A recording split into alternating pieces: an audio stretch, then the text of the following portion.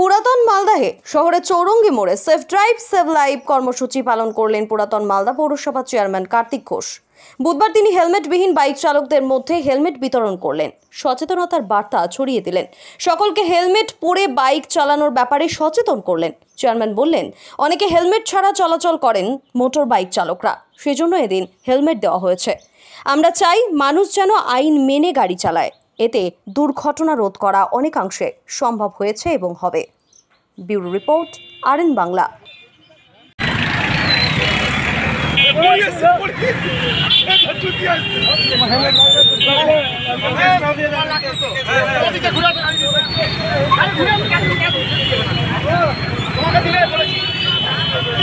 পথচলতি যারা মানুষ আছে, টু হুইলার মোটরসাইকেল নিয়ে বাইক চালক যারা রয়েছে, যারা হেলমেট পরেনি তাদেরকে প্রায়